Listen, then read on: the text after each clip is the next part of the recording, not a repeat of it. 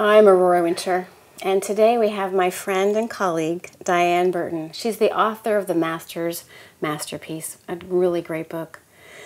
Diane, I think this is so important, your mission to help women have a much healthier view of their body.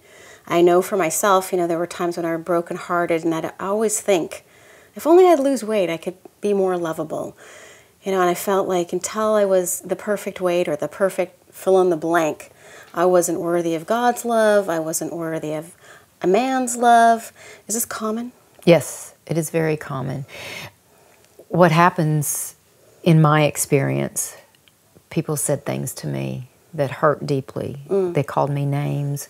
Teachers would say things, and I felt stupid. And when you feel that, when I felt that way, I thought, how in the world can I love myself? How am I even lovable? Yeah, and you were 200 pounds in high school. I was over 200 pounds by the time I was a senior in high school. Wow. Yes, it was very painful. Yeah, I think that people have got the sequence in reverse. I know I did. I felt like first I need to have my weight perfect and my grades perfect and my income perfect and my wardrobe perfect, and then I'll be worthy of love.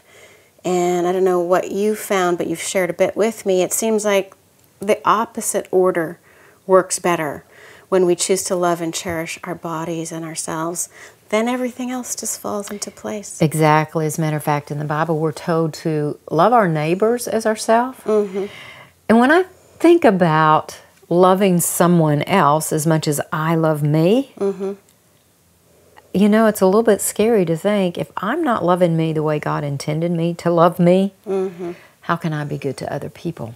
So you told me once that when you were struggling with your weight and people were so mean, what was the worst thing anybody ever said to you? I remember one time someone said, "You're so pretty. Just think if you would lose the weight." Ow.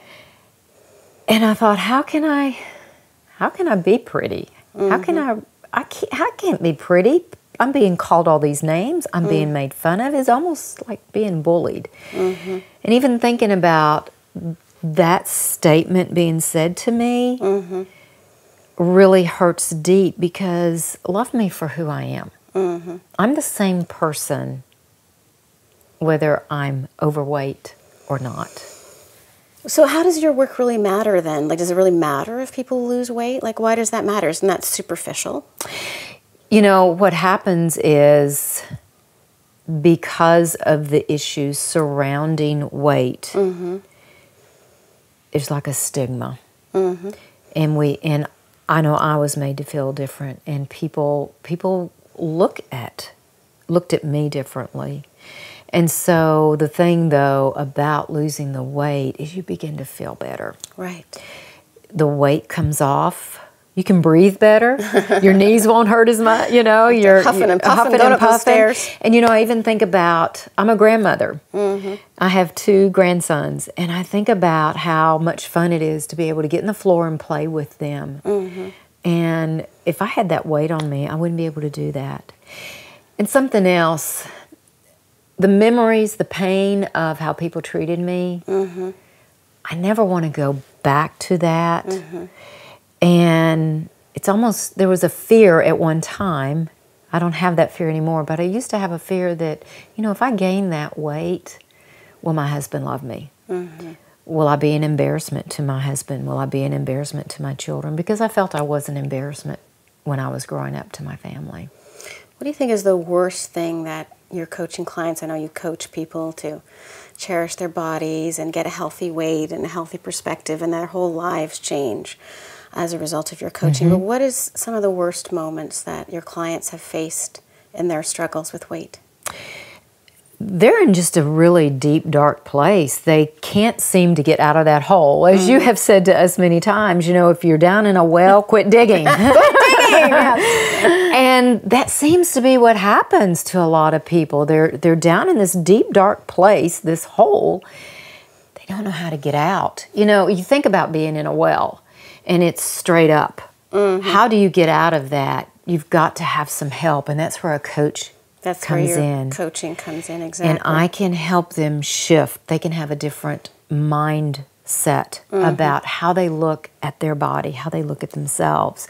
And once that shift starts happening, then things change in their life, in all areas of their life. And society teaches us to keep digging. Yes, it does. Piles on, look at the cover of Vogue. Like, you're not as skinny as her.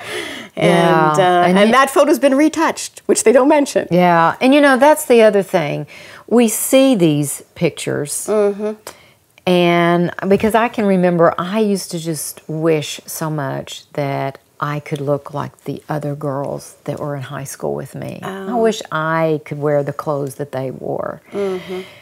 And it wasn't happening. And it was painful and it hurt.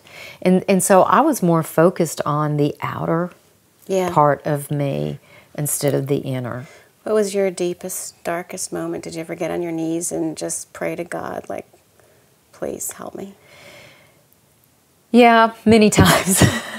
It wasn't like there was just one dark, except I guess really it was just daily. It was daily dark moments of people saying things to me. It wasn't just a one-time thing. It was every single day. I still have my high school annual, and there are things that people put in my annual even that... Like what? To the coolest fat kid I've ever known. Coolest fat kid. It's hard to imagine 200 pounds. It's true. It's true. And it was a struggle even 40 years after I lost the weight. I continued to struggle with the mindset. And what happened was I lost the weight physically, but I had not released this fat girl. She stayed with me. And I sometimes wonder if I kept her with me because I identified with her, and that's who I was. So it was part of your identity. So if she was part of your identity, it was probably a struggle. It was, and I still saw weight her. off. When I'd look in the mirror, I would still see. When you look in your wallet, you would see her because you carried that picture. When I met you, you had that fat girl's picture in your wallet. That was a couple of years ago. That's because I thought that's who I was. And what has happened now that you've released her both physically and mentally, the fat girl? I've actually had, right after that first event with you, I had a friend who said to me, I got home and she said, "You're different." Yeah. She saw a difference right away. And I actually sat down with my husband after I got home. And I remember taking that picture out, and I remember telling him, I said, "This isn't me anymore. This is gone. I'm a different person." And I ripped the picture up. Wow. And I actually took some matches and I burned it. I released it. I was like, this is not going to be a part of my life anymore. I'm only going to use this story to help other people. I have a passion to be able to help women discover their masterpiece that God created for them, to help them cherish it, to take care of it so they can be their best. And I was tired of being that fat person. And that pain that people carry around keeps them from being that masterpiece. Yeah, and there's other pains in their life. It's not necessarily just the weight. I know of people who have lost the weight because they were going through a divorce. Well, their husband was not happy with how they looked, so they lost the weight, but he divorced them anyway. They gained it back. So it's a deeper issue. They have surgery. They have to lose weight for surgery. But they gain it back, right? Afterwards. The surgery's done. They're better. They gain the weight back. And why do you think that is? It's the mindset. It's the wrong focus on their body. And it's not, they lost the weight physically, but in their mind they did not lose it. What's interesting is just as I would look in the mirror and still see the fat girl, I was talking to someone recently who told me she was very thin growing up. She has gained weight, but when she looks in the mirror, she still sees the thin person. Really? Yeah. So mentally, she's still that thin person, and yet her body is overweight and not healthy. It's funny how there can be such a disconnect. Yeah. And what do you do with your clients? I know this is more than you can share in just a minute or so, but what would be one tip that people could take away, something that they could do that would start them on this path of really cherishing themselves as God's masterpiece? Get a coach. Get a coach. Coach with me. No, honestly, coaching is great. It's hard. Nobody can see their own blind spots. Exactly. And I've heard from your coaching clients the changes in their lives, their gratitude to you is amazing. Well, and they have said that the questions I ask them, what's interesting is they already know the answers, but by someone asking them, they have to be honest with themselves. And when they admit it and say it out loud, then the ahas happen. Well, you shared a call that you had this morning with one of your clients, and you asked her a question. She's like, "Ooh, I got to answer that one now." Yeah, she had to dig deep and find that. And she thanked me for that. Yeah, it's important to ask those questions. Can you tell us one story about a client success? The love affair story. You like that one? I like that one. That's a good one. One of my clients, as all of them have been, in a dark place when we started coaching. And through asking a lot of questions, using the peace method that you taught me and many other methods with them, they begin to release a lot of issues in their life. And then they decide that they want to also eat healthy. And this one client in particular literally had a love affair with food, which a lot of people do. And she decided, she told me, she said, "Diane, I literally broke up with food. I went to my favorite restaurant, stood out in front of the restaurant, and broke up with it. I said, you are bad for me, You are no bad more." for me. We're going She now. went to the grocery store and did the same thing with pasta and ice cream and cookies and all those kinds of things. You're changing lives. Yeah. And then she has let go, released 18 pounds, 18 pounds. The first week, 8 pounds. Wow. And another exciting thing is she used to have migraines. Oh, And since she has gotten rid of the unhealthy, toxic food and eating healthy foods, the fresh fruits, fresh vegetables, lean protein, she's not had a headache, not had a migraine or any other kind of headache. And she used to carry medication with her all the time, and she no longer carries that with her. I think Michelle Obama needs to know about your work. It's really important for people to get healthy, and I see your work really works. Reversing the order instead of focusing on how many calories you're eating and all focusing on what you can't eat, instead focusing on loving yourself, knowing that you're God's masterpiece, and having a life of meaning and purpose.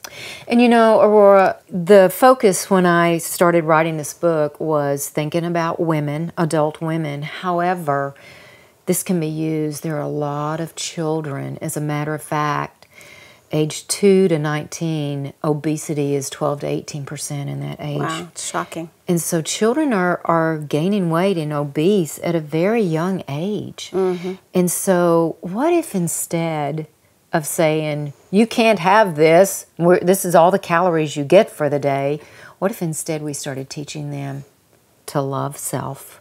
Yeah. To realize what an amazing creation they are. Exactly right. Well, I want to check in with you for some final words of wisdom here. But what I really like about your work is I feel like so many people who go on diets, then there's so many diets, and there's like a very try harder energy. The beat yourself up, the I'm not thin enough, the I'm failing if I ate something that I didn't mean to eat, and then that just circles down in guilt and shame, and then you comfort yourself with food. So what I love about your work is it takes it from a completely different perspective. This is really fresh. This is really new. This is something I think every woman, every person on the planet would really benefit from. And this is very now. I mean, we've got the movie Fed Up. We had the movie Super Size Me. Like, weight and unhealthy eating is a super big issue in North America today. So what would you say to that? Well, I would say, read my book. The cool Master's Masterpiece. It is great, What happens with, there are lessons in the book, and then there is a devotional at the end where you can get with a group of other women. Oh, great. You don't have to do this by yourself. You can get with a group of like-minded women who are also struggling, and once a week get together and talk about this and share and help each other out, because it does take a coach and others A community. A community, yeah. Nice. To encourage and to believe in you and to help you realize that you are this beautiful masterpiece. And take the time to look in the mirror and appreciate the masterpiece God created. Oh, that's nice. Yeah. Okay, so as we wrap this up, can you give us that quote? Ephesians 2:10. Yeah, I love that. It says, "For you are God's masterpiece, created in Christ Jesus for good works." I love that. Thank you. I love you. Thank you. Thank you for sharing. Love and appreciate you too. Yeah.